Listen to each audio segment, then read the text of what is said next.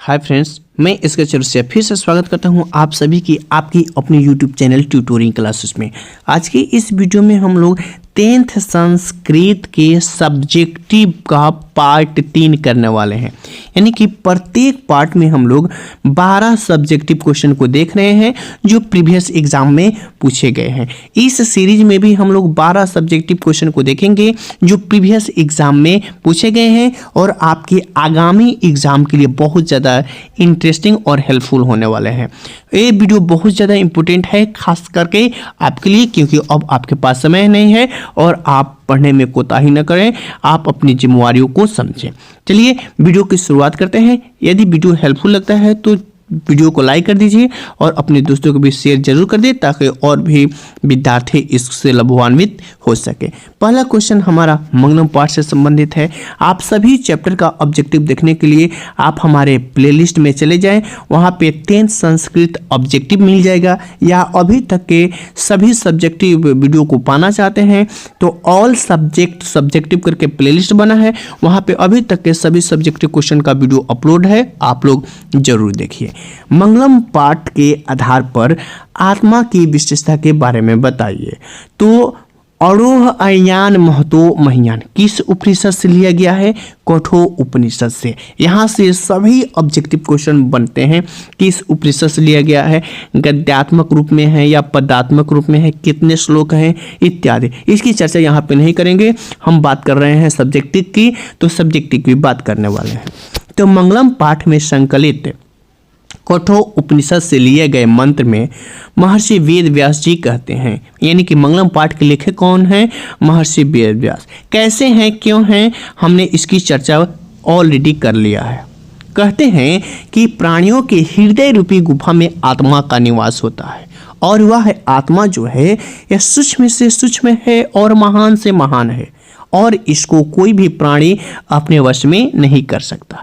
जो विद्वान पुरुष होते हैं वह इसी को जान करके शोक रहित हो जाते हैं, मुक्त हो जाते हैं और परमात्मा के अर्थात ईश्वर का दर्शन करते हैं। बढ़ते हैं हम लोग अगले प्रश्न की तरफ। अगला प्रश्न है पंडित किसे कहा गया है? यह 2019 वाले क्वेश्चन में भी पूछा गया है। बहुत ही अच्छा क्वेश्चन है, नीति श्लोक का पाठ से लिया गया है जिसके लेखक महात्मा विदुर हैं। तो पंडित के बारे में, यानी कि नीति श्लोक का पाठ का पहला और दूसरा जो श्लोक है वो पंडित के बारे में परिभाषित करता है।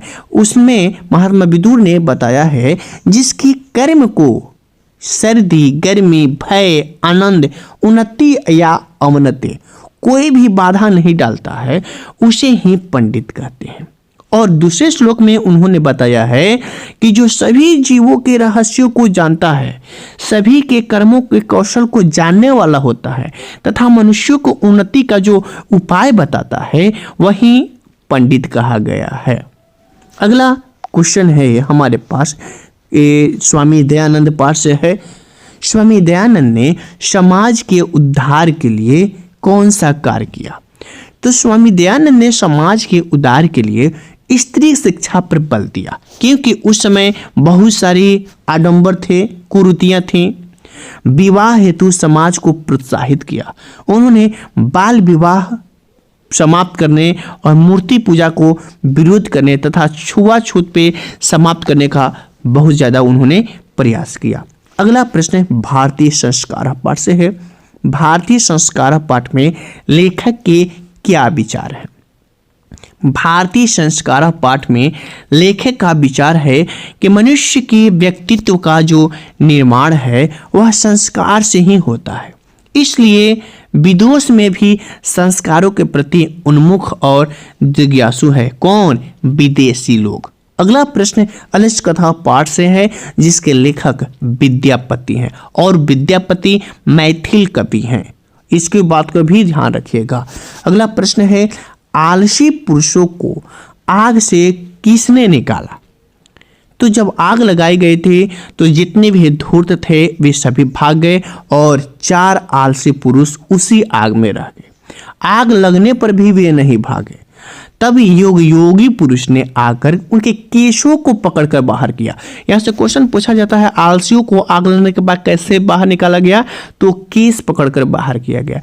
इस प्रकार आलसी पुरुष का हो गए, आग से बच गए।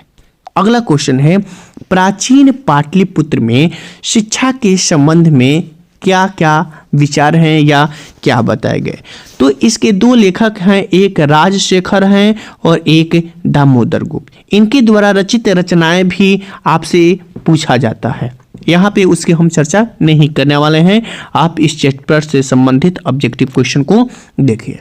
प्रस्तुत पाठ में लेखक ने बताया है कि दामोदर नाम के कवि से हमें जानकारी मिलती है कि सरस्वती के वंशज यहाँ रहते थे और राजशेखर कवि के अनुसार पाणिनि, पिंगल, वररुचि आदि महान विद्वान ने भी यहीं से शिक्षा प्राप्त की थी।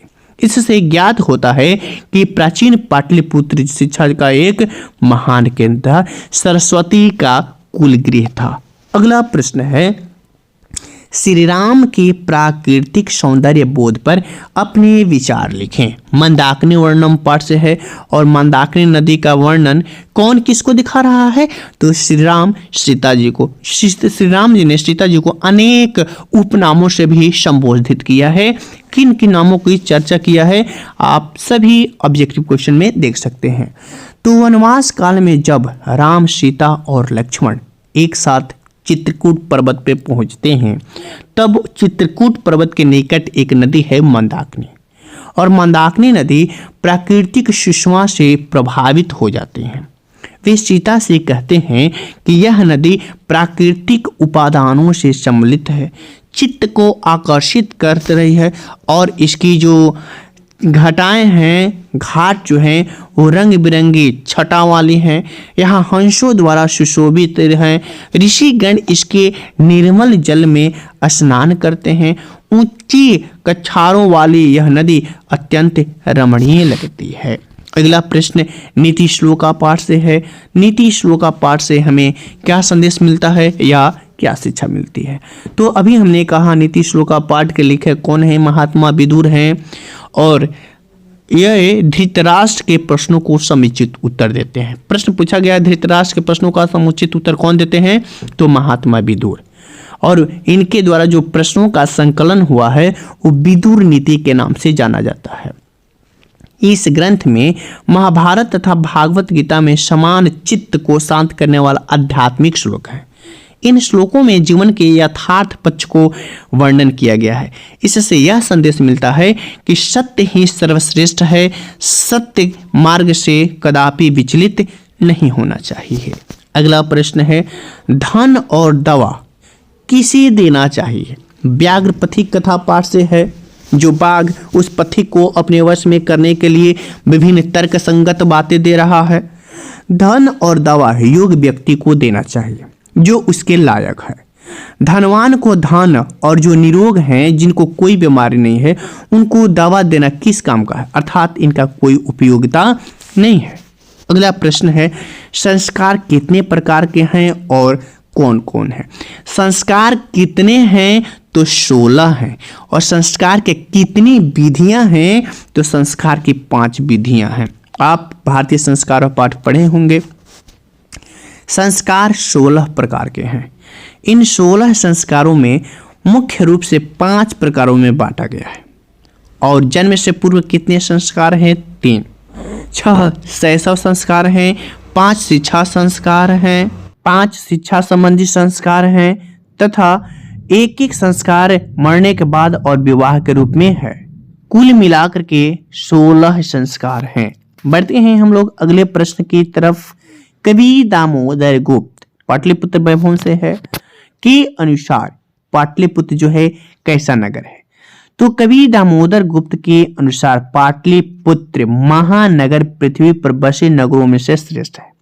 यह सरस्वती का कुलगृह है, यानी कि सरस्वती के वंशज यानी कि जो विद्वान लोग हैं यहीं बसते हैं। कवि ने इस महानगर की तुलना इंद्रपुर यानी कि इंद्र के लोक से की है। इस सीरीज का लास्ट प्रश्न है पाटलिपुत्र वैभव से। पाटलिपुत्र को शिक्षा का प्राचीन केंद्र क्यों कहा जाता है। तो राजशेखर रचित काव्य मीमांसा यानी कि राजशेखर काव्य मीमांसा के लेखक हैं। काव्य से हमें जानकारी मिलती है कि पाटलिपुत्र शिक्षा का एक प्रमुख केंद्र था। यहाँ संस्कृत के अनेक विद्वान हुए। पाणिनि, पिंगल, वररुचि तथा पतंजलि की परीक्षा यहाँ से ली गई थी और यहीं उन्होंने ख्याति प्राप्त की। तो इस सीरीज के साथ हमने सब्जेक्टिव के संस्कृत के 3 सेट को कंप्लीट कर लिया। यह सेट आपको कैसा लगा आप हमें जरूर बताइए। मिलते हैं अगले सब्जेक्ट के सब्जेक्टिव के साथ, तब तक के लिए धन्यवाद।